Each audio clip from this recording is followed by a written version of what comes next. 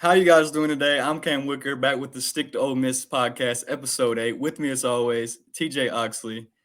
Missing our good buddy Caleb today. Today, we got something fun for you guys with the NFL draft coming up in 10 days. We're going to draft NFL Rebs from 2010 and up, and we're going to put them on the field and see what lines up best and see what you guys think.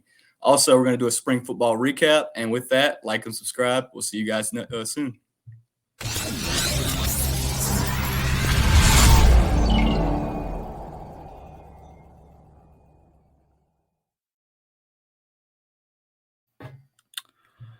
Welcome back, everybody. Cam, we just had ourselves a Grove Bowl. We did. Another year, another Grove Bowl.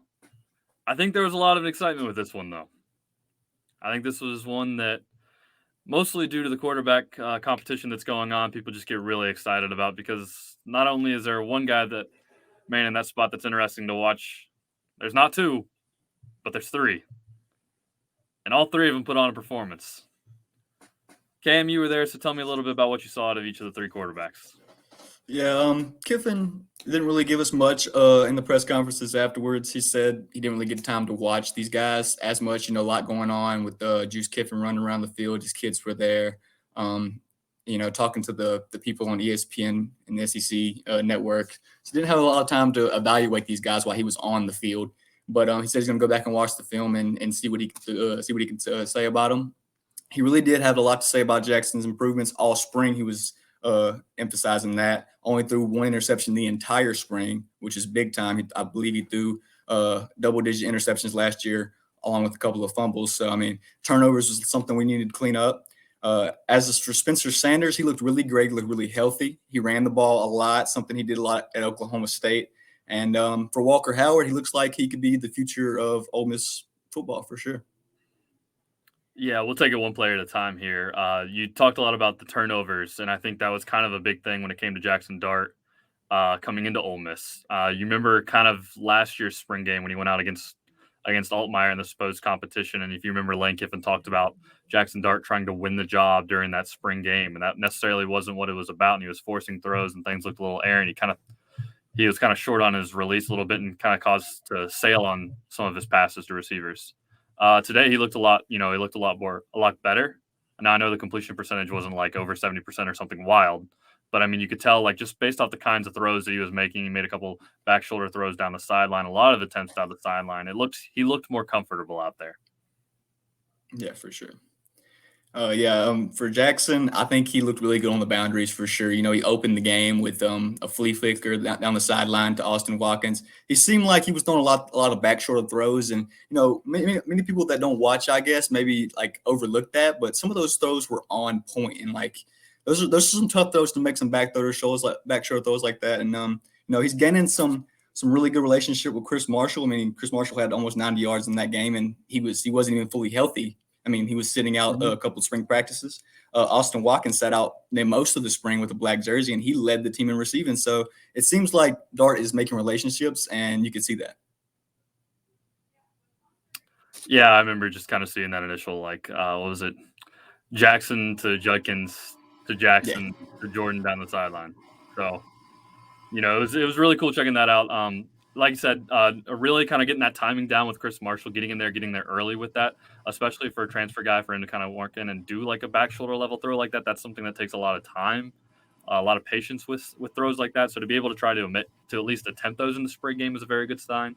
I thought, Jackson kind of attempted some more difficult level throws. So it was good to see him kind of, be calm under pressure with that, make those throws, step in there. And, while he didn't necessarily complete all of them, we got to remember this is a spring game. Yeah. And things aren't going to be perfect.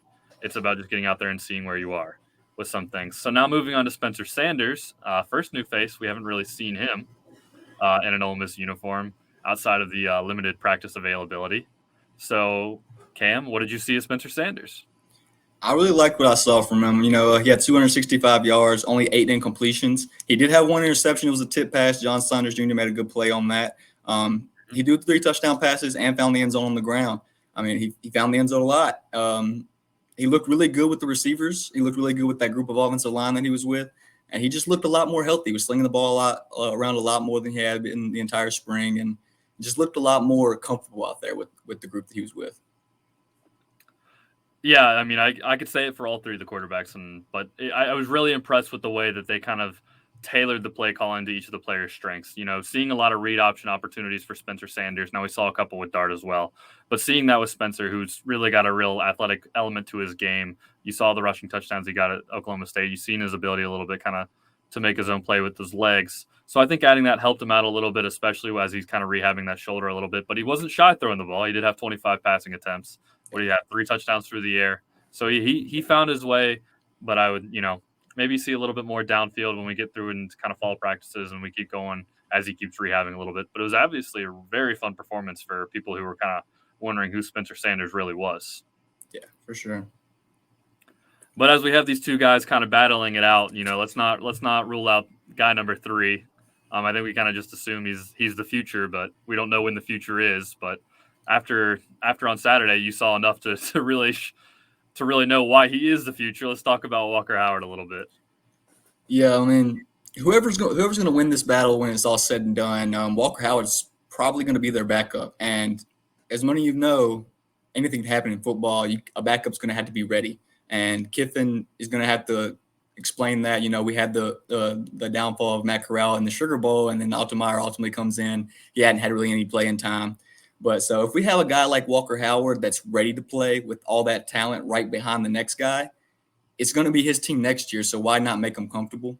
And I feel like he's made himself really comfortable here so far in these last couple of practices. All the players seem to love his talent and always like raving about how good of an arm he really has. And I think all the coaches see that as well. A lot of the fans see that, and I believe we're going to see a lot more of Walker Howard in the future in Ole Miss. Dude, arm talent galore with Walker Howard. Unbelievable. Just even from the first throw, they made it a little bit simple for him. A roll out to the right, and then hits a comeback route down the sideline.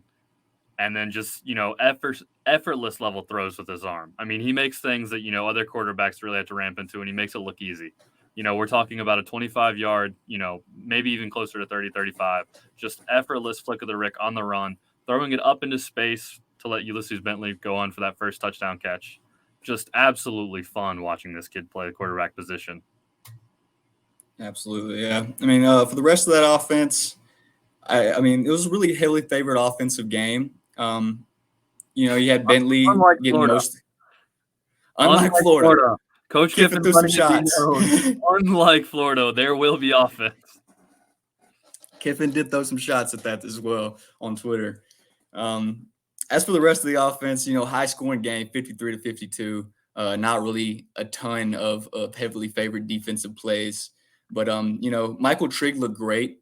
He looked like the superstar that we all want him to be, and he did it with Spencer Sanders, and Dart's always been his guy. They came here together, but Trigg was on Sanders' team, and he caught 9 passes, and he found the end zone. He looked like he was hard to tackle, and he looked like a freak of nature out there. I almost felt bad initially during like that first thing with Trigg, that first drive for Spencer Sanders, because he hit Trigg like 3 times, and they were all like chunk plays, and I was just kind of like, I don't even know if I'm judging Spencer Sanders right now because Michael Trigg just looks fantastic.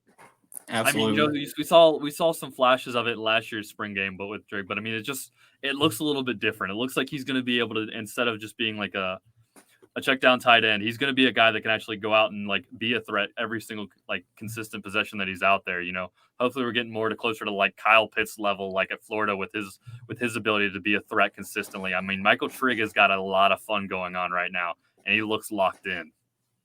Yeah, we didn't see a lot of Prieskorn in this, but when Prieskorn gets on the field with Trigg and we can get Trigg out in space, that's really when he's going to be dangerous. I feel like that's when, Trigg can run, and when he gets in space and runs some routes, I feel like that's when we can really hit him over the middle of the field and get him in some mismatch with some DBs. You just got to throw it to him. Dude's got to be the catch radius of anybody on the roster. Probably of most players in the SEC. Just get it to him. Get it in his air. Just get it around him. There was a question after in the press conference to Sanders, asking him why was Trigg, heavily targeted in the game, and he was like, "If you were me, would you throw at the Trigg?" And he was just laughing about it. It's a safe bet. It is. There's a reason this guy's got NFL draft potential already. I mean, you look up 2024 mocks, you're going to see his name somewhere around there. Got to.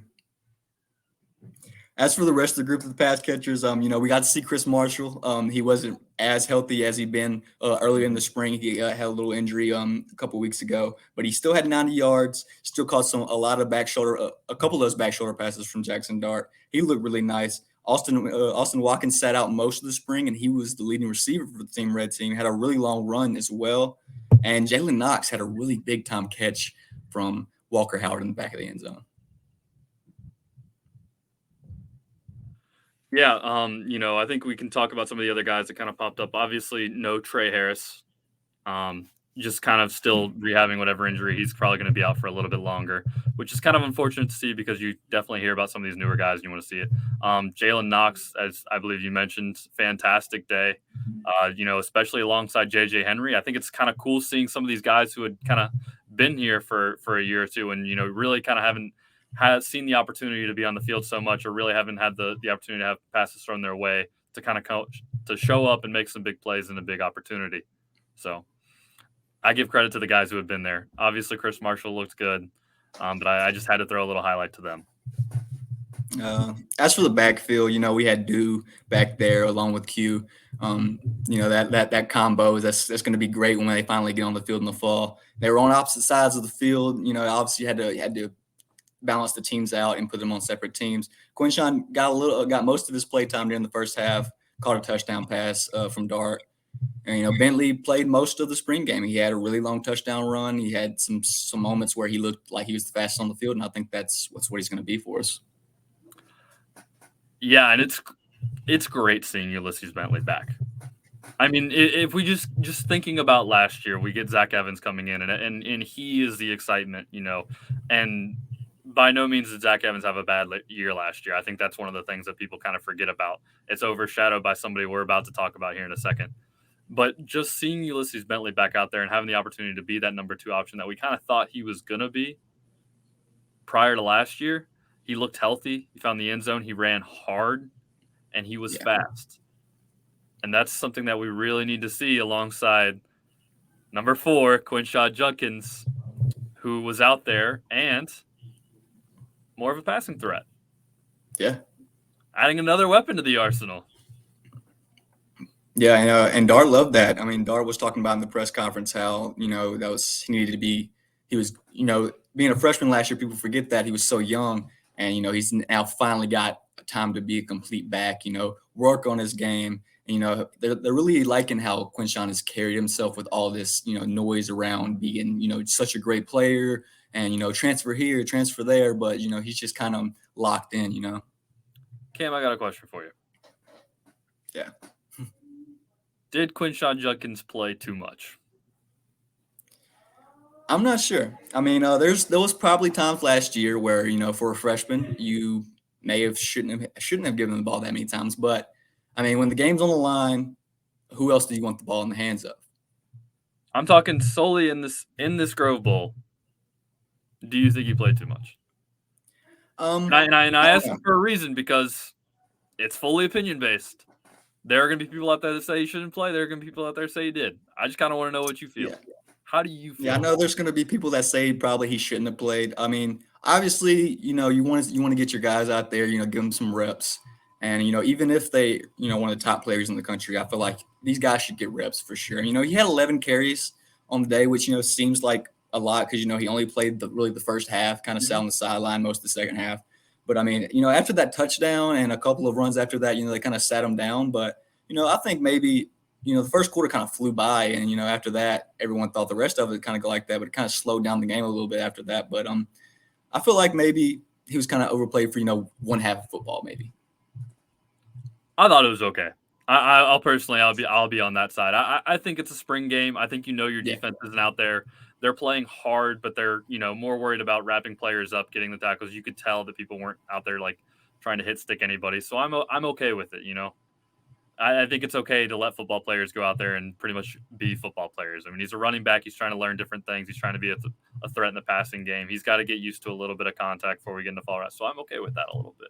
Yeah. I don't know. Maybe that's just me. Yeah, for sure. Mm-hmm. Now going on, we're going to talk about the line a little bit before we get into the defensive side of the ball. Missing 2 guys. Yeah. missing two guys on the offensive line, Jaden Williams and Jeremy James. So really, Williams was a redshirt freshman last year, and then James has pretty much been an all-around guy for that line. Yeah, So pretty much. So Yeah. I think we saw a little bit of the effects with it. You saw both Walker Howard, Jackson Dart having to kind of like roll out a little bit more, having to extend plays with their legs, get to the sideline and make a throw. But overall, line group, it's some different faces out there, some faces we're not used to. Like I said, the two of them not there. Nick Broker's gone. Mason Brooks is gone. Just a little bit different to see some fresh faces there. Yeah, for sure. I mean, the big guys up front, they deserve all the love. But like you said, Walker seemed like he was running around a little much in his drives. He was with that second group kind of offensive line, him and Spencer. But and earlier in practice, Acker was taking snaps at center with Dart a little bit, and then we saw Reese McIntyre taking some snaps with Dart. But it was Caleb Bourne in the spring game again. So I mean, we're kind of, I think they're kind of figuring out things all on the offensive line right now, figuring out where everyone's going to go. Because, we got to have Micah Pettis on the at right tackle. We're going to have Jaden Williams at left tackle. And I think that everyone's kind of figuring out what's going on in between. And, we got Victor Kroon, who's playing left tackle right now with Jaden Williams out. And Micah Pettis has had Quincy McGee and Jeremy James, kind of shadowing him a little bit right there at right tackle. Mm-hmm. Flipping the script now, kind of going over to the other side of the ball. Defense, a little bit different. Yeah. Not exactly. I'm gonna use a basketball term, kind of like a shell defense. You're not really throwing out tons of different advanced coverages or anything like that. You're not faking anything. You're just kind of, I'm not gonna say going through the motions, but it was very clear that the defensive goal was just to play fundamentally. Yeah, I mean, Kiffin emphasized that this was heavily favored in the offense's favor for this game. But I mean, one bright spot in that defense I could say is transfer John Sanders Jr. He led the day on tackles, 13.5. He had a tackle for loss, and he had an interception. That was a tip pass in the end zone that he returned for a good chunk of yards as well. He said earlier in the press conference, earlier in the week, he said he was going to be a lockdown defender, said he was going to come up and hit, put his nose in the defense. And I feel like he showed that in this spring game. He was all over the field. It seems like they do the overcom where they call out who tackles and everything, and it seems like his name was getting called a lot. And I expect him to be that safety that's probably going to cover guys like Michael Trigg, cover guys like Brock Bowers. When we have to play them. Yeah, you got to have a stopper for some of these elite tight ends in the SEC. It's kind of the way football is going, as we've seen more versatile athletes play that tight end position. You see it a lot in the NFL. Yeah, for sure. As for the rest of the defense, we got to see that D line of JJ Pegues and Xavier Harris on the Navy team right there in the middle. We're going to see that big duo when they finally come in the fall. And Joshua Harris. Joshua Harris was on the Red Squad. We didn't get to see much of him. I think he was out of pads most of the spring game, but he's going to be in there with those guys as well, and he's absolutely huge as well. A different type of body than we've seen really at Ole Miss. Cedric Johnson's really playing. He's going to be there. So, I mean, we didn't see a lot of pass rushing in this game. There was only one sack, I think, and it was by like a safety or a DB, I believe. It was early in the game. And so, I mean, we didn't get to see a lot of pass rushing, with the quarterback competition going on, the offense being heavily favored in this game. But I believe that when the fall rolls around, Golden's going to have a lot more to draw up, and he's going to have a lot more, stunts for these linebackers, getting these DNs out in space and trying to make sacks. Yeah, well, he hasn't been there long, and there's been a big, heavy emphasis on recruiting since he's been there. Yeah, so sure. if we're taking it for what it is, it's a spring game. You got out there, your offense, went out, put up points. Nobody got hurt, as far as I know. I call that a win. Your quarterbacks look good. You saw the abilities of all three of them. Your running backs looked good. Your new players came in. Nobody got hurt. That is a win. That's all you can ask for in these kind of games. We don't want there to be like a full-on, back and forth. The defense is out there, laying people out, making plays all over the place. The quarterbacks looked good. They had confidence. Let's just move forward with it. We got a long, long, long time until fall ball gets here. There's going to be a lot of improvements being made. Some of these guys barely know each other. This is the age of the portal. They just now showing up. All these freshmen coming in early, just now showing up. We can't judge them too much. Yeah, and I mean, Golden's going to get these schemes down. He's going to, keep working with these guys, keep, being that earpiece for them and showing them this new scheme. And I believe when the fall rolls around, we're gonna be a lot happier with this defense than we are at right now, I believe. Mm-hmm. All right, I think we're going to take a short break, and we're going to be back to you with a little bit of fun draft content.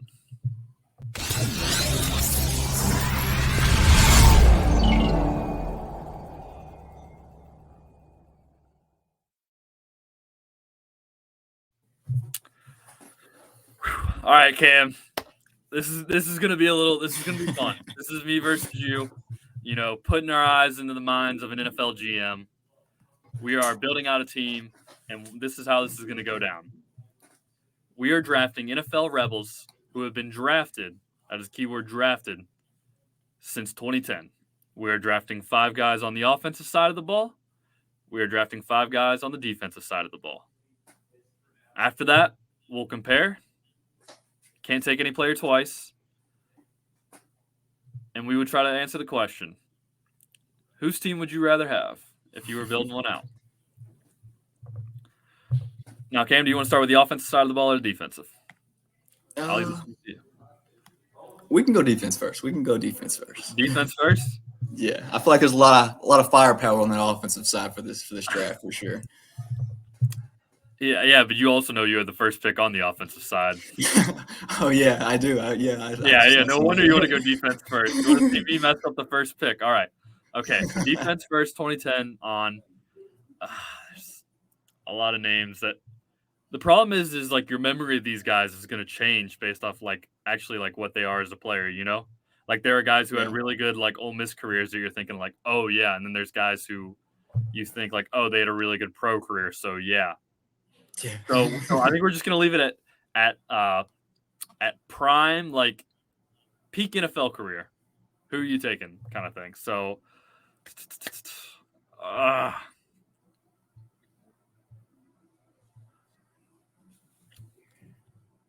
the Cardinals fan in me wants to go Kimdichie so bad, but I can't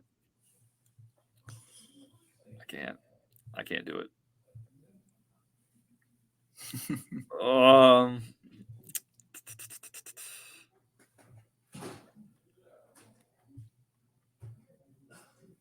I'll go Greg Hardy. I don't like it, but I'll go Greg Hardy. Okay, that's 2010 guy, right? Yeah. Yep. So right on the line. Mm-hmm. Okay, I think I had time to look at it. So I think with my first defensive pick, I'm gonna go Sam Williams. Just last year drafted Sam Williams. That was the other one I was thinking about, but I was like, it feels too soon for a guy who, Man, I feel like he's been, showing some bright spots for the Cowboys right now, for sure. Yeah. No, he definitely the ceiling is up. I just didn't know if I could do it then.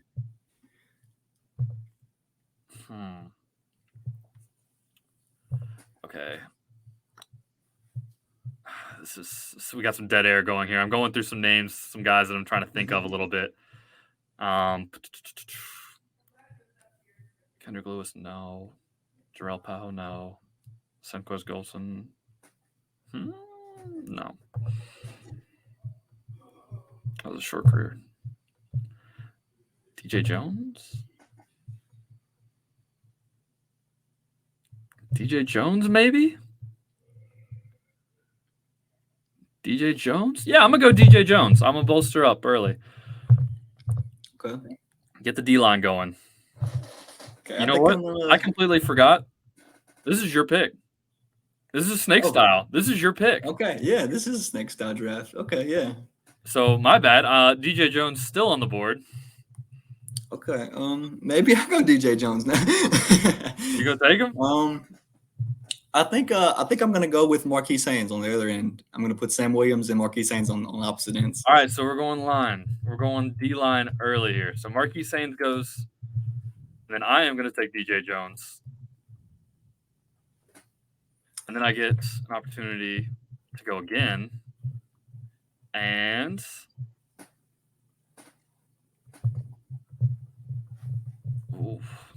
this is where we're getting kind of the meat and potatoes of it all, huh?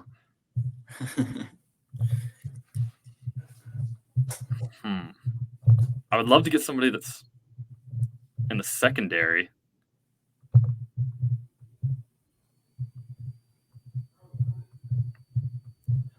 I believe they have Dean Leonard listed as linebacker too. He's more of a safety, so. Yeah. Still don't know if that's where I'm going though. I'll go Mark Robinson. I'll go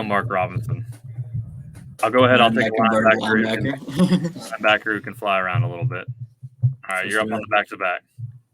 Okay, I'm wanting Sinquest Ghost, but I think I'm gonna go Ken Webster actually, DB. I think it was a 7th round pick. Yeah, I mean he had one really good play. I remember against Texas A&M, returned a fumble, and that was highlight of my Ole Miss fan. All right, well you got another one. Okay, I think I'm gonna go on the interior. I'm gonna go Breland Speaks. Put him in my D tackle. Okay, former 2nd round guy. I like that.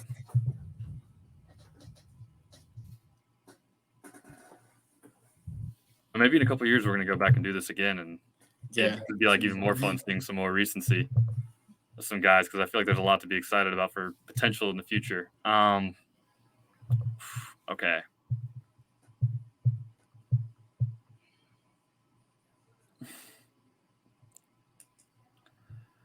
Huh. My thought almost instantly was to go Jarrell Poe and just completely beef up.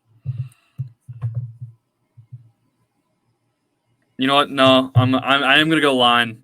I'm going to take Kondichi here, just because I feel like he was at least on the field.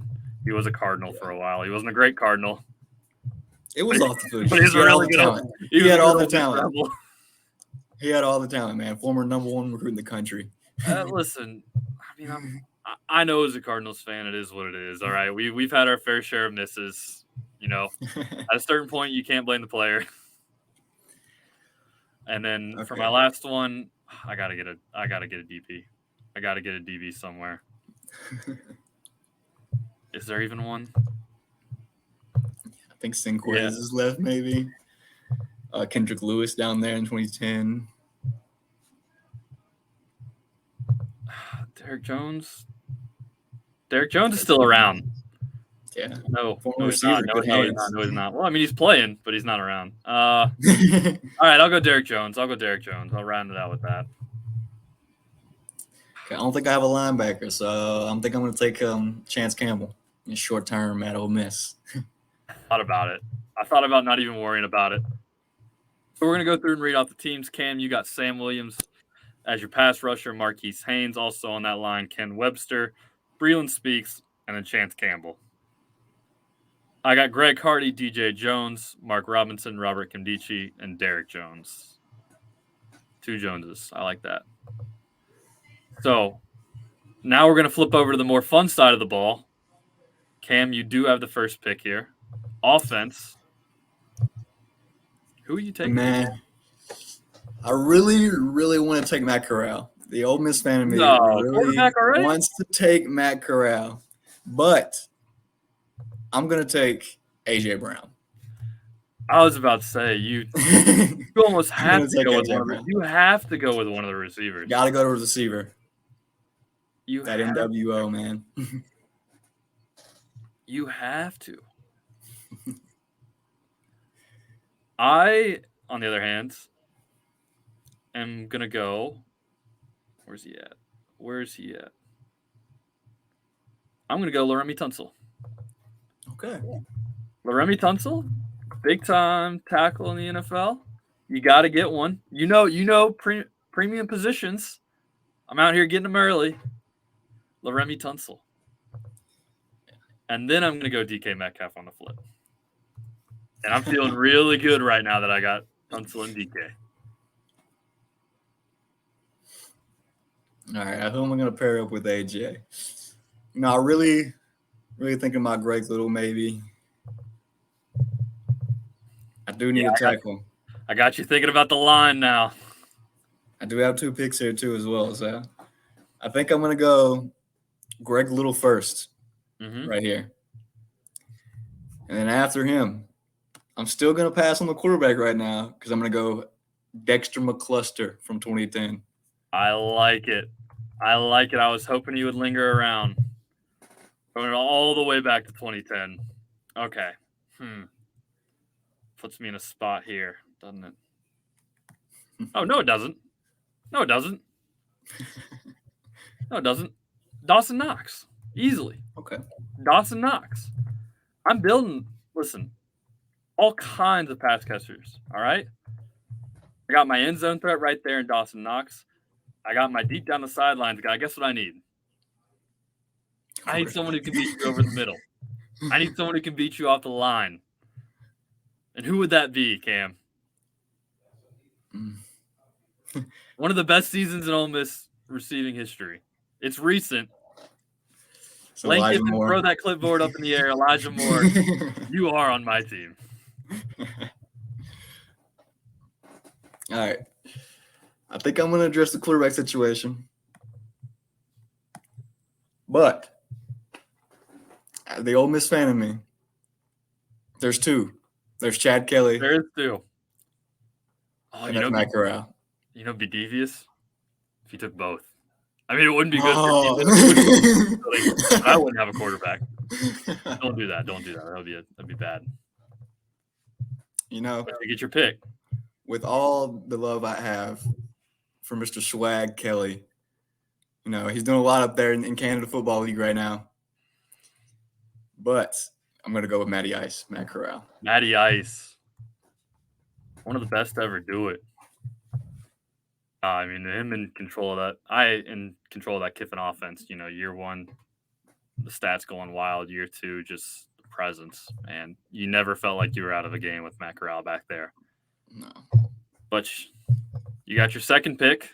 You got another one. Round out this offense, Cam. I think I'm going to go a pass catcher here. You know, I really like Laquan Treadwell. But I think I'm going to go with Evan Ingram to match that tight end with Dawson Knox. All right. Fair enough. Part of me was thinking just forget the quarterback position. I can just load up on pass-catching talent across the board offensively. I got my tackle. I could have had DK, Dawson Knox, Elijah Moore, and I was like, ooh, what if I added that second tight end, Evan Ingram? And then I started thinking a little bit more. I was like, do I want Swag Kelly? We all love Swag Kelly. But what if I took Snoop Connor? Okay. What if I took Snoop Connor here? What if I just trusted the process, free agency tight end, and I said, Snoop Connor, you belong here. I'm going to do it. I'm going to forget the quarterback position. I'm going to forget it. We'll find one. You know, don't know who it'll be. Maybe Bo Wallace, maybe Jordan Teamu. We'll find one. Let's read them off. Let's read off the two teams here. Cam, you got Matty Ice at quarterback. Matt Corral, Carolina Panther. Hopefully. Maybe. Hopefully. Dexter McCluster alongside him in the backfield. You got A.J. Brown on the outside, Evan Ingram, tight end spot, and then Greg Little at the tackle. On the defensive side of the ball, you got Sam Williams as your pass rusher, Marquise Haynes, Ken Webster, Breland Speaks, and Chance Campbell.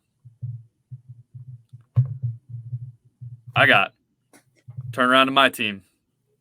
No quarterback, no quarterbacks there. We're still figuring it out. But I got Snoop Connor in the backfield. I got DK Metcalf on the outside, Elijah Moore in the slot, Dawson Knox at tight end, and Laremy Tunsil at the tackle spot. On the defensive side of the ball, I got Greg Hardy, DJ Jones, Mark Robinson playing side to side, getting down there, run defense. Robert Kimdichie, hopefully Ole Miss Robert Kimdichie, and Derek Jones. Ladies and gentlemen, there you have it. Tell us who's 10 players you'd rather have on your NFL team. We'll give it a base team. The Titans. The Titans. If you just plugged and play those guys into their positions, who would you rather have? Let us know. Drop a comment. Cam, it's been a lot of fun. It has been. It's been fun, man. And I'll catch you around. We'll be doing another show here soon. Might get a basketball show out here soon. Hopefully we'll get our guy Caleb back. Caleb, we miss you wherever you are. Cam, let the people know where they can find you. You can find me on Twitter at Cam_Wicker, and you can find me at Rebel Walk. I cover football, I cover baseball, I cover a little bit of basketball. And you can like and subscribe to this YouTube channel, leave a comment, and let us know anything you'd like us to cover in the next episode. You can find me at TJ Oxley 1 on Twitter. I'm mostly a basketball guy, but I know a little bit about everything. It's been fun, Cam. Until next one. We'll see y'all later.